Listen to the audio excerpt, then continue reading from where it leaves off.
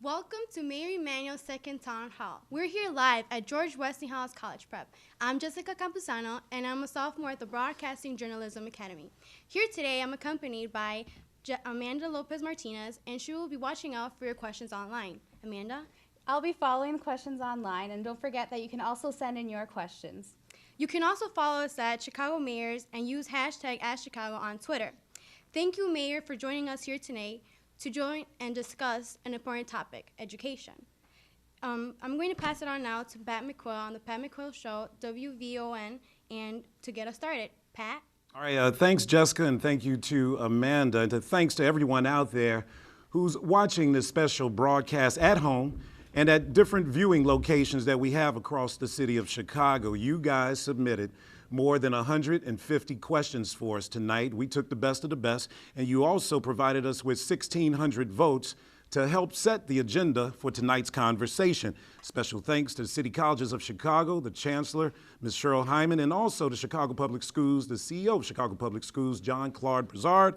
And of course, thanks to our special guest who is joining us here tonight with all of these wonderful students around, Mayor Rahm Emanuel. How are you, Mr. Mayor? I'm great. Thank you for having me. Thank you, Jessica. This is amazing. You know, you and I were in high school. I don't think we had quite the setup like this. Westinghouse is an absolutely incredible institution here. Well, I want to, first of all, I want to say this to Jessica, to her teacher in the journalism school. Her teacher's Ms. Stanford, who came out of the profession and has decided not to be a journalist anymore, but to teach our kids. This is not what you see in on your any school. And the dedication also, Jessica, her classmates, I walked around earlier to all the students who are picking journalism and getting trained in a career-ready path for high school, and especially also to Dr. Jackson, the principal here. They do an incredible job, and one of the reasons I wanted to do the Teletown Hall here is I want people to see the other side of the Chicago public school system. Yep. And this is a classic way of our best foot forward, and it's a great model. And under Dr. Jackson's leadership, teachers like Ms. Stanford are able to give these kids a taste of what the real world's like, real world experience, and I think getting the best of what we have to offer. And I want people to see this in the city of Chicago. We're on the move, and our kids are great. You know, when you were campaigning, you did it the good old-fashioned way. You know, feet on the ground. You went to just about every neighborhood in the city. You've been mayor for about 7 months. You've continued that with these town hall conversations, town hall meetings. What made you decide to focus online here? Because I know this is a bridge to a younger generation out there, because they do everything online. Well, yeah, like talk to their parents. Exactly right. I'm waiting for that face-to-face conversation with my kids. No, well, this is all part. Well, you can do a normal town hall, and we've done 2 of those, as you know, around the budget. But the other day we launched the technology, GPS, on the snowplows. The snowstorm we had just last week, about 40,000 hits on the website to see the snow trucks, where they were, what they have done, what they haven't done. And the snow 2 weeks ago, we had 54,000. And I want technology. Technology is a good thing, but I want it to be an empowering tool. Not on its own is it a good thing, but does it empower people to get closer to their government? And this is another way to make sure people have a way to interact with the mayor, technology being it empowers people voted on questions.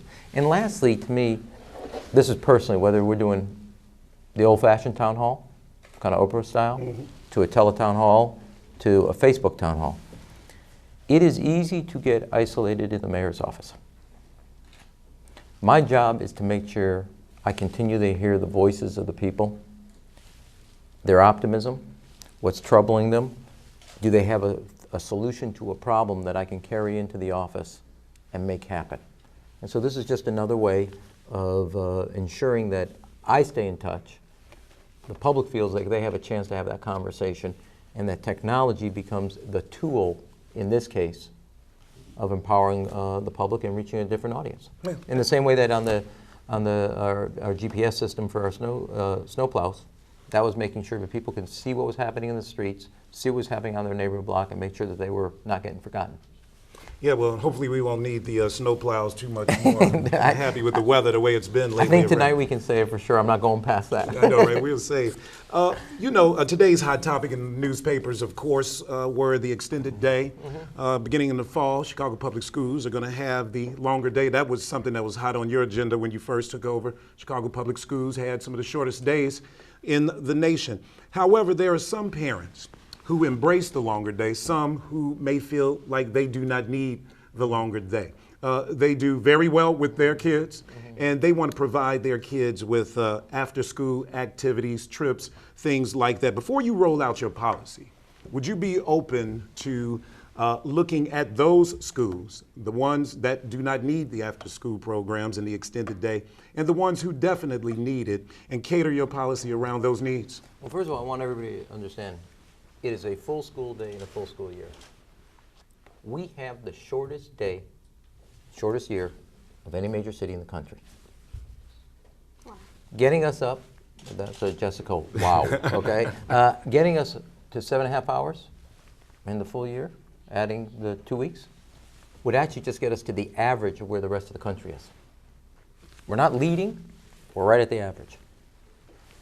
My view is and we're also in an urban environment with a lot of, I understand, a lot of languages, but a lot of diversity. I'm getting us to the middle course. Now, I was at the mayor's conference last week. Mayor Menino in Boston, who has their kids go, I think it was 6 or 6.5 hours. He now is going to add time. Well, he saw what we're doing here, and he now wants to move ahead. Boston wants to move ahead to the 7.5 hour. Everybody now realizes more time on task.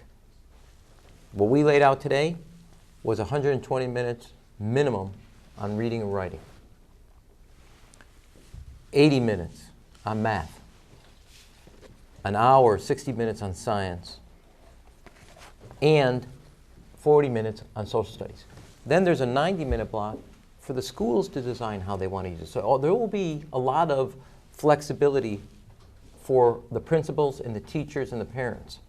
But I have to make sure that our kids aren't cheated compared to other kids. You know, Michael Jordan never got great not practicing. Derrick Rose never got great not practicing. The basic time in class is to ensure the kids throughout the city, all parts, north, south, west, up to the lakefront, get the richness of math, reading, writing, science, which are essential, languages, arts, recess. It's a full day. I'm not asking for anything you didn't get. I'm not asking for anything I didn't get. I just want to make sure that the Chicago kids aren't getting what kids in LA, Houston, and Boston, and New York, Miami are getting. And remember, in the future for them, that's just not the competition. They got to see what the kids in Singapore are getting. They got to see what the kids in London are getting. I want our kids in the city of Chicago, who are our future, to get that same chance. Yeah, because they have to be competitive in the Correct. global economy, right? Right, and then if you do like what Westinghouse is doing here, as Dr. Jackson said, the principal, the kids don't want to leave. And I will also say that some parents have said, we have this or that. I've run into a ton of parents who have said, can we go longer than that? Now, and I've also been to enough kid pickups in the playground and child drop-off where I've seen and heard and talked to a lot of parents. The 7.5 hours, the 2 additional weeks, get Chicago children to where other kids at big schools are. It's just at the middle of the pack. We're not getting to I want to get to the front, but don't anybody think going less than that is a good idea.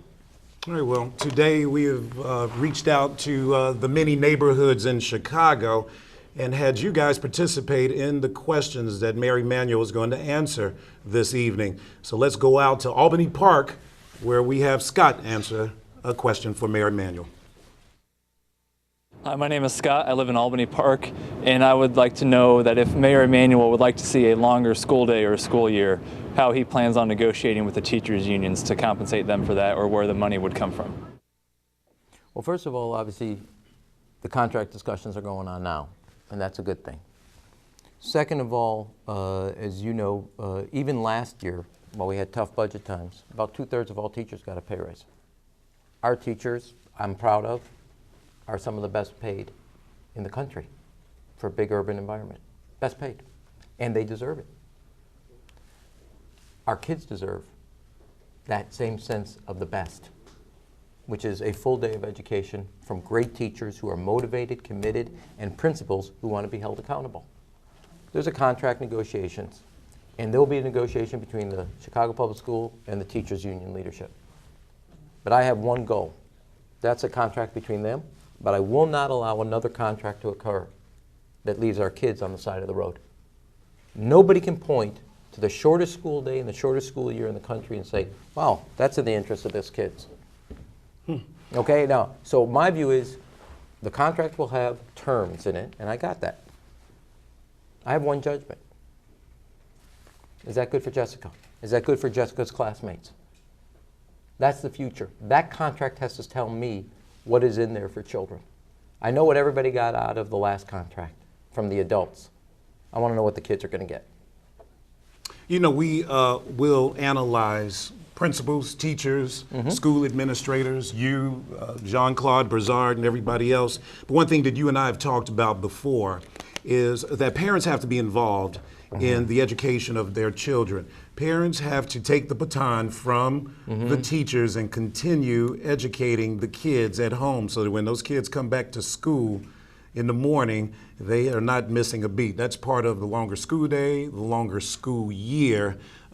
Speak to how important it is for parents to be involved in the education process. Let me just say this. 2 hours is not enough for this answer.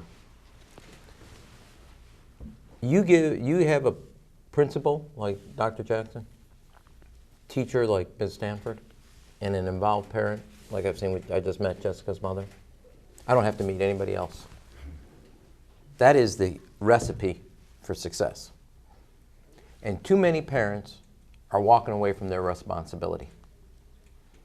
They're taking a pass. They think if they get their son or daughter or multiple children to school on time, they're done. No. The most important door a child walks through for their education is the front door of their home. The front door of Westinghouse just backs up Jessica's home. I just met her mother, her grandmother also. Couldn't be prouder. But that said, it's also, I haven't met every child's here or kid's here parent, but you have an involved parent that's tightly knit with a teacher, and the child knows that they can't get a pass at home because the teacher's telling them, and vice versa. And a lot of parents do stay involved, but I'm going to give you one piece of an anecdote that tells me why we're not set up right. I want accountability with parents, teachers, and principals, because that's the key to success. I've asked my office, tell me what, by school, what's the percentages or how many parents pick up report cards or go to parent-teacher conference? There's no central information on that, even though it's required. So I want to start recording. So what is Westinghouse's record this year on parent-teacher participation? And let's just say it comes in at 80%, which I doubt it does, but let's just say at 80%. I want Dr. Jackson to then say, okay, here's how I'm going to get to 90 next year. But without that data collected and centralized in one place, we don't know. Now, picking up a report card, attending parent-teacher conference are just a manifestation. They're not the only thing, but it's what we can require of our parents, collect the data, measure parents and teachers and principals about are they making progress on involving parents. We have finally given parents report cards on the schools, the same report card that the principals get. We've made that now available to parents. I got to keep parents involved. You have parents involved, a lot of this will take care of itself. You cannot put it just on teachers and principals. I got to hold them accountable. But parents can't think that education isn't in their portfolio. Those are their children. They need to be held accountable for their kids. And speaking about schools, how does closing the libraries once a day a week will serve the goal of educating the young ones today? Well, first of all, it doesn't. And the good news is the city of Chicago found a way to keep the libraries open 6 days a week in our neighborhood, 7 days a week for the 3 branch libraries, you know, the regional ones. We passed a budget, when I say we, the mayor and the city council. Some cities are actually shutting libraries. We found a way to, I think, better manage our times in tough budgetary times and still serve our neighborhoods and communities. Now, I had to work something out with ASME, the union, after about 6 weeks of discussions that went nowhere because they were trying to use the libraries to achieve other things in the budget. I took executive action on the weekend and announced that starting February 6th, libraries will stay open Monday afternoon. So when you're out of school, if you don't want to stay here, you want to go to a library, you can now go to that neighborhood library. If you want to go to on Sunday, you want to still go to the library, the regional libraries will be open. So our kids, 7 days a week throughout the city of Chicago, either in their neighborhood or downtown or in their area, north or south side, will have a major library that's fully accessible. And I see it as a very important asset. The libraries are not for anybody but our children and our residents. And we have to start putting our taxpayers and our communities first and stop thinking of these as basically the I don't want to say playground, but the control of an individual element of our city. The general good, the general community, the taxpayers of the city are my responsibility. That is why I took action Saturday to ensure that starting February 6th, on Monday afternoons, the libraries will be open. Awesome. I got one wow and one awesome. I'm like, there it is. And turning around schools, Mr. Mayor, Yeah. why have you chosen to hire AUSL to run 6 turnaround schools? Well, let me walk back. First of all, thank you, because this is a big discussion point in the city. When I was in Congress, the first teaching academy was up at the Old Wright Community College. And I've never seen parents so vested in it. It was a neighborhood school. And it was producing not only great students, but great teachers who then were committed to teaching in the public school system. And they signed contracts. They had to be there for 5 years. They would never leave our public school system. You know, half our teachers leave within the first 2 years. So every dollar we invested in that teacher, which was a great teacher, they stayed. Plus, they went to the next school and turned it around to School of Excellence. Now, one of the things is, last year, the turnaround AUSL Schools of Excellence outperformed the normal CPS test scores, 8 to 4%. If you take schools like Howe, they say over the last 3 years, a 21% increase in their test scores. Schools like Johnson, Dulles, all have seen over the years 18, 11-point growth. The schools we're targeting this year for turnaround, I've actually seen a decline over that same period of time, or a stagnant, up a point, down 2 points. I can't, in good conscience as the mayor, just because of politics, say that certain kids can go to a school that is proven not once, not twice, not 3 times, not 4, 10 times to really get the test scores moving, and yet keep kids whose school's been on the watch list for 6, 7 years going nowhere on their test scores. So kids will be able to go to the same school in the same neighborhood with a new teacher and new principal corps. I'd rather new teacher corps and new principal. And after Howe, after Bethune, after Collins, after Johnson, after Dodge, after Morton, where they're growing their points at 21, 18, 19, 15 over a 3-year period of time. I'm not going to let politics say, oh, well, this is too hard. Kids will go to the same school. I'm not going to affect that. Parents will be able to take their kids to the neighborhood. But I will not allow a success that we have here in the city of Chicago and no other school system has, and deny it because of politics. And what's interesting is Mayor Villarosa from LA now is asking the people at AUSL to come out and take our model so he can bring it to Los Angeles. So the city of Chicago is now exporting something we have homegrown. Well, if other people want to copy it, I sure would like to get it to other schools that have shown no growth after multiple years on the watch list. It's unacceptable to me that if you're on a watch list 5, 6, 7 years with no, when I say watch list, it means you're not improving the test scores of the kids. I'm not going to let that go for an 8th year to see if we can turn around. And when I have a model, time and again, has proven successful. Okay? Oh, interesting, but corporations have long sponsored the arts, museums, and parks, right? But should the city give corporations the option to help sponsor special math and science academies? Absolutely. Now, the good news is I'm doing that, as you know, I've invited in at the community colleges. We're now starting to, Jessica, to go to a college to career. So Malcolm X will be healthcare.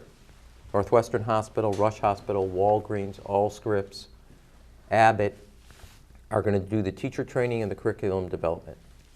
Olive Harvey will do the transportation distribution logistics, so Canadian National, Coyote Logistics, UPS, FedEx will do the curriculum. I opened up a school this year, Instituto Progreso, it's a charter, where Baxter and a number of medical schools, medical industry are coming in and helping that high school that's totally focused on medicine and healthcare. And there's no doubt when I see things like Westinghouse getting sponsorships of major media, I know you have a healthcare capacity here, getting those individuals involved in helping schools that have this type of career that they have a self-interest in training for is a good idea. We're doing it at the community colleges. We need to do more at the schools. And I haven't gotten to it. And that's true. Well, it's definitely helping out here at Westinghouse. Guys, I'd like to remind you that we're broadcasting live from Westinghouse Academy. This entire show is being produced by students, not just Jessica or Amanda. The students are behind the cameras. They're in the control room. You got a chance to go over there, Mr. Mayor, and see that. They are providing direction for this entire broadcast tonight. I know you're proud of that. I know CEO Brazard is proud of that as well. But you know, when we have schools like Westinghouse, one of the issues that comes up when we have very successful neighborhood schools, overcrowding. Abraham Lincoln Elementary School is an example of a successful neighborhood school that is experiencing some overcrowding. Does your plan include both a short-term solution and a long-term solution to solve that overcrowding? And also, how can we duplicate the success of neighborhood schools so that we can make that happen all around the city? Well, first of all, yes, yes, and no. No. Here, let me say this, that we have overcrowding in a number of schools, and we got to get new facilities where we can handle that. Some schools, we have very few students in, and we need to deal with that too, and we can't run away from that. So where we have overcrowding, we got to get more schools there, or expand schools. Where there aren't, and there's just fewer kids, we need to come up with that and face that and not run away from that. Now, about 2 or 3 weeks ago, I announced the largest infrastructure investment in our public schools in a single year, about a little north of $600 million. We're going to build 3 new schools. 3 schools are going to get additions to deal with overcrowding.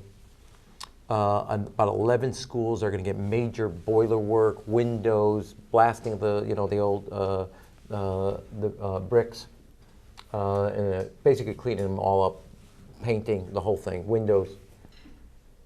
Now, that said, in the specific school, Lincoln Park, you said, they have a tremendous neighborhood school. And I said to JC and to Tim and Naomi, the idea of shuttering a magnet is not an option I'm going to be open to. So take that off the table. Because we expanded magnets this year. I'm not looking to stand in place. When you say shuttering magnets, they were going to move. They were going to deal with another magnet school nearby as a way to deal with overcrowding. So I said, look at that facility, come up with a solution, because if it's overcrowding in Lincoln Park neighborhood, that's a good sign in our neighborhood school. Solve it. That's an engineering architectural problem. That's all that is, and solve that problem. And they're working on it right now, and we're going to deal with that so our neighborhood schools continue to do that. In certain places, it's not an addition. We got to get another school, which is why we opened up, I know Jessica's, I think brothers go to UNO Charter. We opened up one of the first, or we got an agreement, not open, to expand UNO Charter to the north side. The first one they've done on the northwest side of the city of Chicago. They've been doing them on the southwest side. And we got to get those resources there. You know what, when we talk about successful neighborhood schools, we talk about successful teachers, and we talk about Let me do one successful thing. teachers. I apologize to go back. I want parents to be able to have all those options. Meaning, they want to get their child to a magnet, I want that availability.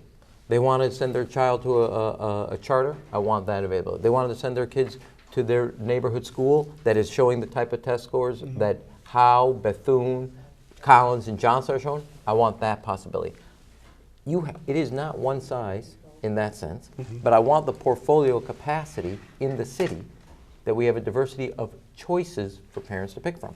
Jessica and her older brother, having talked to her mother, they go to different high schools. Her mother makes that choice. They have a choice. I want that for other kids, other parents. Sorry, I didn't mean to cut you off there, Matt. This falls right in line with what we're talking about, though, because where you have successful schools, you have successful teachers, you have teachers that are committed to education. Teacher accountability, always a hot topic, big topic as well. Let's go. Oh yeah, let's go out to one of my favorite neighborhoods. I don't know about you, Mr. Mayor, but Humboldt Park in that area. And let's hear from Julio. Hello, my name is Julio. I'm from Humboldt Park, and I have a question for Mayor Rahm Emanuel about teacher quality. As a student, I'm concerned with what you plan on doing to keep the teachers that are performing and deserving in and those that do not perform out of schools. A couple things. One, I want to make sure that the good teachers are rewarded for their work, which is with a performance bonus like they exist in other professions since they are a profession. So when you see the type of development year in and year out from ex-teacher, they should have performance. That should be part of the measure. Two, one of the changes we made when we passed the legislation on a full school day and a full school year was tenure reform. So when you have a bad teacher, after a process, you can deal with that. It doesn't take you, if it takes too long, 2, 3 years, a lot of principals, I don't mean to always use Dr. Jackson, but while we're here at Westinghouse, I will. They're not going to do that. They're not going to deal with a teacher that shouldn't be in a classroom if it takes too long. It's just not worth the amount of brain cells you got to bust to get it done. Third, we're now working on a comprehensive evaluation system for our teachers and involving teachers in that discussion. And that evaluation system's got to be able to measure and assess each teacher so we know who's doing well, we know who's not doing well, who we can help, and who just should not be in the profession. The other part is as we start to make changes and are doing exciting and interesting things here in the city of Chicago, like the AUSL School of Excellence, that we are now producing about 100 teachers who are going to have a master's degree in education, fully committed to our kids' second career. People will see Chicago as an exciting place where they want to go take their career in education. If it's not seen as exciting, they got choices. So that is in my, I can't tell Julio, this is how you do it. It's got to be a series of things. And also, be honest, if teachers know that they got a principal, a city, a mayor, all also making sure that parents stay involved, and we're focused on that. We don't think it's only on your shoulders alone. We're willing to hold principals accountable. We're willing to make sure the rest of your colleagues in the school are good, and we're not going to give parents a pass on being parents. I think those are all attributes that help get good teachers to stay in the profession. Do you think there's a misconception about union teachers not wanting to be evaluated? Because you just talked about an evaluation process that is involving teachers, so that's a misconception out there. Good teachers, good union teachers, they want to be evaluated fairly just like anybody else. Look, it is, I don't mean to pick on Jessica, but we got our one student here, Liz, our little, but here's my thing. People have to be sensitive to what teachers are saying this. There are other forces that they're confronting in the classroom. Social, cultural, etc. Okay? And you have to be conscious of that. That doesn't mean you can't come up with a system to also evaluate, but that can't be the excuse we can't do X. Now, I have seen too many times schools where you have kids on food assistance, school lunch or breakfast program. Minority, very low income, doing exceptionally well. So don't tell me you can't come up with a way that it can't be done. And I want high expectations. I don't want excuses. Now the good news is we have to be sensitive that one teacher alone isn't it. The principal also has to be evaluated. They have to be accountable. But parents have to be. But I can't also then say, while there are, and I fully acknowledge, a teacher alone is not the only piece of this. But that is not an excuse for not having a hardcore objective analysis, as close to objective as you can get. Are you materially making a difference where year after year we're seeing the type of reading or math or science, the development that needs to happen? And that we're going to have that evaluation. It's not going to be perfect, but I'm not going to have a system. And a lot of teachers, let me say this in defense, also a lot of teachers are not scared of it. So while there are the voices that sometimes the media turn to, who say there's a problem, and I understand that, there's a lot of teachers ready to stand up and say, okay, bring it on. I want to show you my work. Good. Guys, you are looking live at a live broadcast from Westinghouse Academy High School. Live broadcast being filmed and produced by Westinghouse Academy students like Jessica, Amanda, and students that you can't see behind the cameras here. If we got nothing else today done, we got Westinghouse and PR, man. That's right. And that's a good thing. Make sure you guys understand how impressive this is to be here in the school and be a part of this production. I'm looking at this right now. I know. And if we didn't say we were at a high school in Chicago Public, they'd think we were in a newsroom right now. I know, that's right. I'm very impressed. Now, you know, we talked about, we went over 150 different questions for the mayor. This is a tough one right here, Mr. Mayor. Who's it from? I'm not sure, but whoever it is, they put one doozy for you. Where's the research behind education policies that you push? A report by the highly respected NCEE found that education reforms being pushed in Chicago were not in sync with the reforms pursued by highly performing nations. Finland has the best schools in the world. They don't have charter schools or mayoral control, and more of their teachers are in a union than in the United States. Where's the research to back up the policies you are pushing, and why aren't you implementing Finland's proven education reforms? It's a tough one. No, it isn't. I'll tell you why. I think it's in like my second or third month. I had the ambassador or the consul general, I can't remember, of Finland in. For the very reason that I had seen the data, they have the best school system education. Now, it is cold there, they got nothing else to do but study. Okay, so I pulled them in. You know one of the things that came out of it? Which is one of the things we're doing. They have a tremendous focus on the principal, which is why we're one of the only school systems in the country. We have a principal performance bonus just like for our teachers. Second, we've come up and rather than CPS do it, we have now made new schools for new leaders, UIC. We've set up the standards we want for our principals. They are going to do the training and education, not us. I am totally committed to one of the key components which came out of this conversation, the principal model and dependency that a principal will be held accountable. Which is why also, lastly, we started to give parents the same report card principals are getting. So I have studied actually what principal. Number two, there'll be more research on coming out in weeks ahead on the turnaround model. But I've seen the test scores of the ones that have already done turnaround. I've seen the ones that what they were before, what they are after the fact. So there's hard data on that, and there'll be more data, research on that.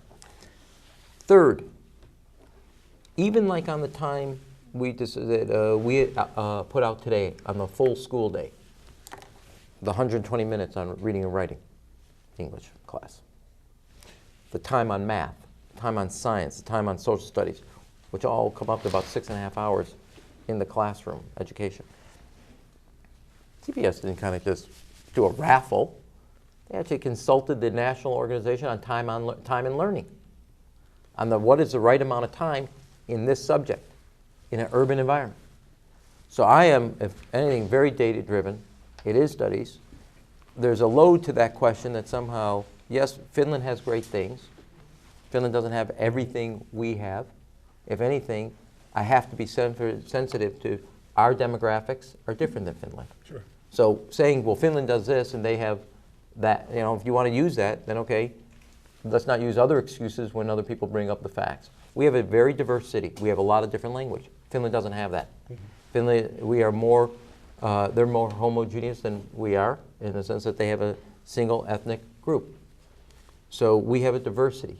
What they do have that we can mimic and copy is the entire, one of the big planks that they build on, the foundation, is the accountability of the principal, that what happens here, Dr. Jackson is accountable for. And that is something that the Chicago Public School System is now putting a focus on. And there seems to be a little bit of competition with the western suburbs, you know. Here's a video from Davin. My little brother is in the suburbs learning geometry in 7th grade. I didn't learn geometry till I was a sophomore in high school. Why are we learning at a slow pace? Yeah, I agree. I don't know why. To Davin, I agree. Why are we like that? Now, 2 points I want to make. One, the Chicago Public School System now, Jessica, is developing a core curriculum. So every kid, when they come out of the system, is either college or career ready. So we will have uniformity, which has never existed in the Chicago Public School System. What goes on in a 4th grade over at a school there and 2 blocks away, nobody could tell you. It was not the same. So we're putting in place, developing the core curriculum, and one of the first major public school systems to put in place. And second, one of the things, and I don't mean to come back to this about the full school day, but a lot of principals I talk to would tell you, you know, when they were developing the day, they said, well, we can't afford math every day. We can't afford social studies every day. So topics are getting dropped. We'll do it on Monday, Wednesday, and Friday because we gotta fit this in for the test. Nothing makes me angrier than the notion that we're making those types of choices between a breakfast or teaching, between social studies, social science, or social studies and science. That's not a choice. It's artificial because that's how long the day will be, and then you got to make these weird boxes fit in within the day, and we drop off topics. So it's not wrong for Davin asked a question I asked myself. Our kids are good. I look around here at Westinghouse. I see all the potential of Chicago in Westinghouse. I saw some of you, I've now only met briefly your classmates, but I've seen it in other schools in the school system. Okay, and I don't believe that it takes to sophomore year rather than 7th grade that our kids should not be learning geometry. And that's, I tell you the thing, that's the time I sit there and I have the same sense that the kids in the western suburbs aren't better than the kids we have here. They are not. We have good kids. I've seen it here, I've seen it in other schools. And we should give them a full chance of having their ambitions and their dreams met. And you know, math and science and reading, they're special and they're really important courses, right? But what about the building blocks? Yes. But what about recess and physical activity? You know, will CPS complying with the Illinois State Board of Education that will rule requiring daily PE in kindergarten through 8th grade? Right. We will have, I mean, with the full day, you'll have enough time in the school day so kids will get, first of all, I'm not going to get a pass on reading, writing, and math, and science, and social studies. You'll also have time for recess that you don't have now, and you also have time for art and PE. That's what a full day is. Yeah. And when you have this artificial time, you have to make choices not only between academic courses, but also other things that are essential to a child's development fall on the side of the road. They get cut out. Now, there's a lot of other schools, as you know, that go to, well, I'm not even talking about 7.5 hours. They go much longer. They get more intense specialized training in subjects. So. You know, we talked about reaching the online audience out there. We have an audience out there on Facebook. and on Twitter. Let's go to Amanda now with a question from that audience. All right, we got a lot of great questions coming in online. We've got one from Bob on Twitter. Speaking of parents and older adults who can volunteer, what can volunteers do to help students succeed in school? It is.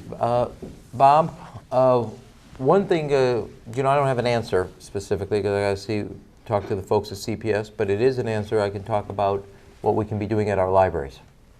And now that we have them open, there's reading programs that I want to make sure we have for two things. One, bringing our kids early education, our children in through the libraries and through other type of pre-K and kindergarten programs, a intense reading. The second piece of it, in that sense of there, and also, this gets back to data. In the summer, our kids, which is not just unique to Chicago, it's true around the country, they lose about 5 or 6 months worth of their education in the summer. So by the time school starts again, they're almost 5 months back. I want to have an intense, we have an intense reading program in the summer. We have this One Book, One Chicago. Last summer we started a thing I did in Congress, which is Rom's Readers to the library. So for our third graders, you could say, oh, I read 3 books. If you did, we had a graduation ceremony. We had about 50,000 kids participate. And we only did it like with 5-week notice. I'm already talking to the library. I want to have a more intense campaign effort where kids in 3rd grade, 4th grade, and 5th grade have a commitment. So when they, even if let's say you go in 4th grade or 5th grade, you would at the end of the summer tell your last teacher, here's what I read in the summer. Or you develop in the last week your summer reading list. Because our biggest problem is the summer, and that's where I think we can get a lot of volunteers through our library system to help compensate so in the summer months our kids don't slide backwards. You know, we talked about parental involvement earlier in the conversation. And this question kind of surprised me a little bit, Mr. Mayor. It says you guys urge parents to be involved in their children's education, but there is not even a choice to read the CPS website in Spanish. Latino parents are extremely interested in how they can help their children, but it appears CPS has not accessed this opportunity to include Spanish-only parents. Does that surprise you? You know what this is? The mayor to-do list. Which will now become J.C. Brizard's to-do list tomorrow morning, okay, or on the way home. Here's the deal. I don't have an answer, but I do know this, which is one of the things I love about this town hall. I'm not going to make the biggest difference in the world, but I'm going to make sure we have a Spanish website. You can read that? You got a million things on it. Man, I take them off. Oh, don't you? Well, first of all, let me say this. Let us not talk about my ability to read my chicken scratch here. But But the fact is, this is the type of stuff. I don't have an answer today. I did not know that. We have a lot of, the 3 languages are English, Spanish, and Polish. Now we have a lot of other languages in the city of Chicago. Those are 3 dominant. Sure. I will find out the answer to this, and I'll find out the solution to this. I did not know, and that's why one of the reasons Good we do some question. of the. Okay, Very good so thank you. And speaking about teaching the trades, we have trades. I'm Okay, sorry. trades. Okay, We have a video from Vince. Vince. How come we don't emphasize the technical part of trades in our schools today? And I feel that if you got the answer for it, it would help out this country economically, and basically it would make us a better country than we really are. Probably help with the unemployment rate too, right? Well, Vince is absolutely right. We used to do actually a lot of trades training. In tough times, that has waned. And it's one of the reasons, to be honest, I don't have an answer for the CPS because we got a lot of challenges. We are embarking over the next 10 years on one of the largest infrastructure projects in the country, rebuilding our water, sewer, catch basins. It's about 1,000 miles of water pipe are going to be rebuilt. Everything that's 100 years or older. 750 miles of sewer, totally rebuilt, about 3/4 to 2/3 of the system. 160,000 catch basins. And all the building trades, plumbers, bricklayers, laborers, I've said that they have to have an apprentice program to make sure that kids have a chance at those jobs. And when I say kids, not in the high school, but they'll be coming out of the high school. And so I don't have a capacity to get the trades back into the school system, but I do have a capacity to make sure, and we're going to be engaging our community colleges on that very topic. And Vince is not wrong also about this. About 15% of the building trades workforce, carpenters, plumbers, pipe fitters, and laborers, and bricklayers, and electricians are unemployed because they were involved in the housing boom. The most important thing we can do is rebuild this country. And rebuild them by rebuilding our roads, our schools, our bridges, which is why I invested in the school construction modernization, which is why I'm investing in the modernization of our CTA, which is why I'm investing in the modernization of our roads, our water, and our sewer system. And I want to make sure, at least on that one specifically, our kids are getting a chance at an apprentice program so they will gain a specialty and a skill that gives them employment opportunities in the future. Look, you've done 5 townhouse meetings like this, town hall meetings. I guess you could call it a townhouse meeting as well.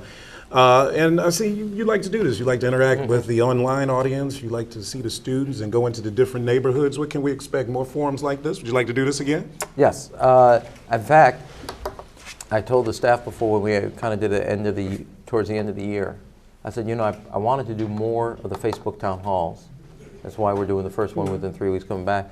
Because I said I didn't think we were only going to do one in 7 months. No, just things happen. We had the budget, 2 town halls on the budget, etc.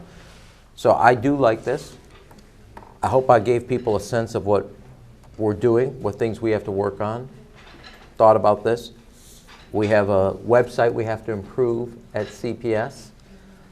I am also, I hope other people besides what the mayor answered, I hope people, I think we got across Westinghouse is a great school. That, if nothing else, came across. Incredible, absolutely. But I want them, I do want the capacity to, we will pick other topics. We'll do more town halls. I happen to like this Facebook webcast ability at town hall.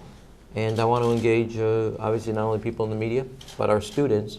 And I hope this was, to all the kids that worked on this during the control room back here, this was a good experience. It was great for me. And it's interesting because I think on education, unlike other topics, when I know you guys got a lot of questions, you got a lot of people voting on them. Mm-hmm. While I've given my answers, I hope people saw, they're following this discussion about teacher evaluation, about how do we get the skills back, meaning some of the kind of trade skills back into our schools. What are we doing on principals? How are you going to look at this longer day? What about the turnaround?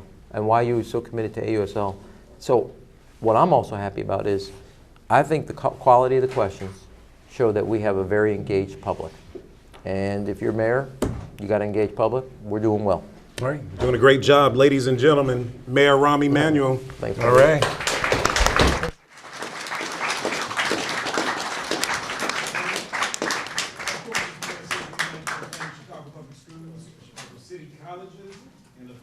Westinghouse Academy and all the students who helped put this production together, like Jessica and Amanda, everybody. Let's hear it for the students as well, yes. All right? Thank you, Jessica. I'm going to get a shot of there it is, the control room. Now, there you go.